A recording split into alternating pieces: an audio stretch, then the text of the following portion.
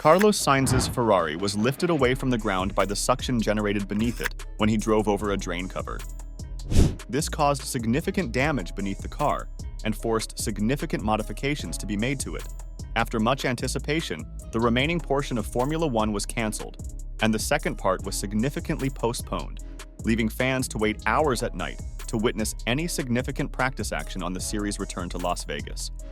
Fred Vasseur, the principal of the Ferrari team, was left fuming when he saw that Sainz's car required major repairs, essentially requiring a complete chassis change to make up for the damage. Sainz, who was completing a lap of the new Las Vegas track, was driving along the strip when he hit something and crashed, sending sparks flying everywhere. The driver yelled out in distress when he crashed, and it was later discovered by the FIA that he had hit the concrete frame surrounding a malfunctioning manhole cover. The full extent of the damage became apparent as the Spanish driver's Ferrari was brought back to the pits on the back of a truck. Although the floor was initially suspected, Ferrari team leader Vasseur now claims the chassis, along with the battery and the engine, was also damaged. Images shared on social media depict a smashed floor. Sainz will not be able to participate in FP2 because of the damage, and Vasseur has deemed the incident unacceptable because of the expense to Ferrari in a year with a spending cap. What he said is that "I think I hit something on track, and he didn't know exactly what it was. The situation is that we damaged completely the monocoque, the engine, the battery. I think it's just unacceptable. We had a very tough FP11 that will cost us a fortune. We won't be part of the FP2 for sure, because we changed the chassis of the car. Okay, the show is the show and everything is going well, but I think it's just unacceptable for the F1 today." The team principals were asked if they felt that any necessary precautions had been taken to ensure the safety of the fresh new circuit and its amenities, or if Liberty Media had put more emphasis on showmanship than on the essentials. "I think you don't have to mix everything," Vasseur said. "I think that the show is mega and I'm very happy with what Liberty did around the race.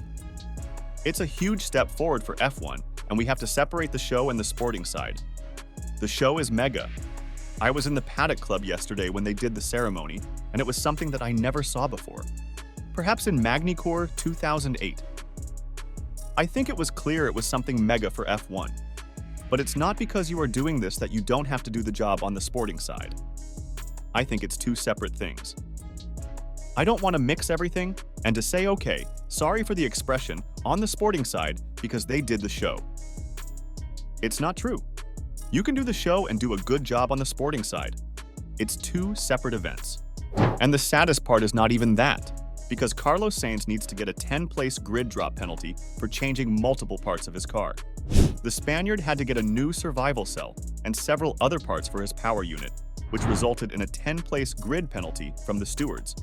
Ferrari pleaded his case, but there was no way around the restriction. Sainz expressed his displeasure with the penalty he must serve on social media, calling it not acceptable, before promising that he and Ferrari will deal with it and do their best to make up for lost ground this weekend. After finishing second in the first practice session, Sainz and his Ferrari teammate Charles Leclerc showed a significant improvement in the early hours of Friday morning's second session in Las Vegas. The 29-year-old said he was fine after the incident, but that the suspension would ruin his weekend plans. "I think that the track layout is suiting us a bit more compared to the last few, and we seem to be switching on the tires over one lap and being competitive," Sainz said after the delayed and elongated FP2 session in Las Vegas. "So yeah, I was quite excited and optimistic.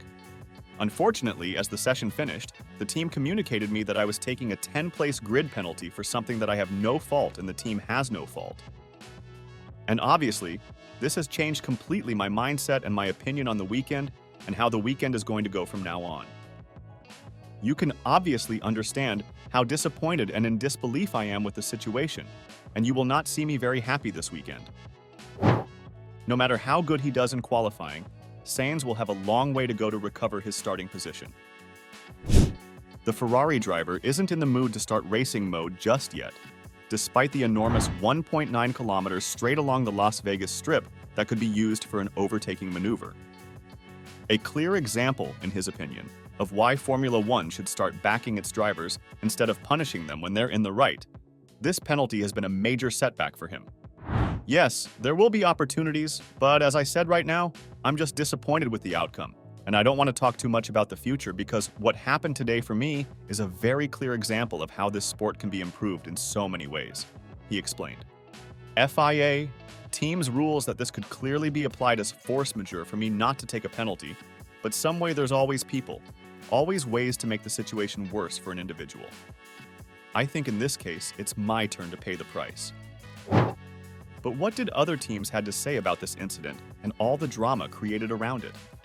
At the press conference, a journalist has claimed this is a black eye for Formula One, the promoter of the Las Vegas Grand Prix, which is estimated to have cost more than $500 million. Wolff's response demonstrated his displeasure.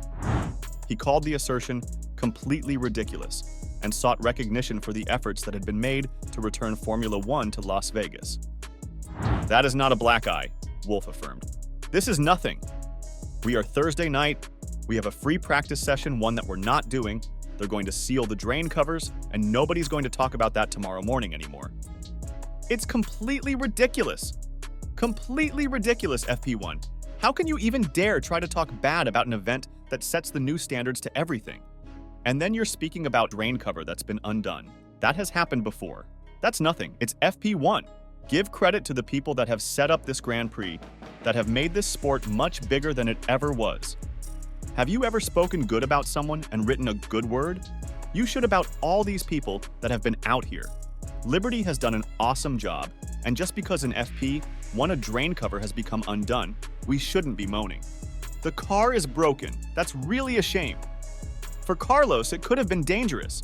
So between the FIA and the track, and everybody needs to analyze how we can make sure that this is not happening again. But talking here about the black eye for the sport on a Thursday evening, nobody watches that in European time anyway. McLaren team principal Zak Brown also addressed the press, expressing sympathy for the problems Ferrari had suffered, but arguing that it was too soon to blame Ferrari's lack of caution for the collision. "Anytime you have an incident, first we have to fix it, then look back and go, how did it happen?" he said. "Whether that's a track issue or a problem you have with your car or whatever the case may be, I think it would be unfair and quick to judge that corners were cut. This has happened before. It's happening in Baku.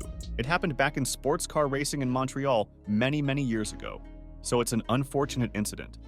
F1's oldest street event, Monaco, has experienced similar problems in recent years despite their decades of experience, as pointed out by Williams' James Vowles. Since switching to ground effect aerodynamics, vehicles are experiencing significantly more upward suction. My perspective is, this happened in Monaco, if I remember correctly, a circuit that has had cars running on it for many, many years. The point is, these cars are generating huge amounts of suction underneath now, he said. The picture of the failure that I saw is not something that there was a lack of diligence to it. It's an amount of force they weren't expecting. I'm confident we'll get everything sorted. So far, how would you rate this weekend? Have F1 focused more on the entertainment rather than the race? What do you think? Share your feedback below.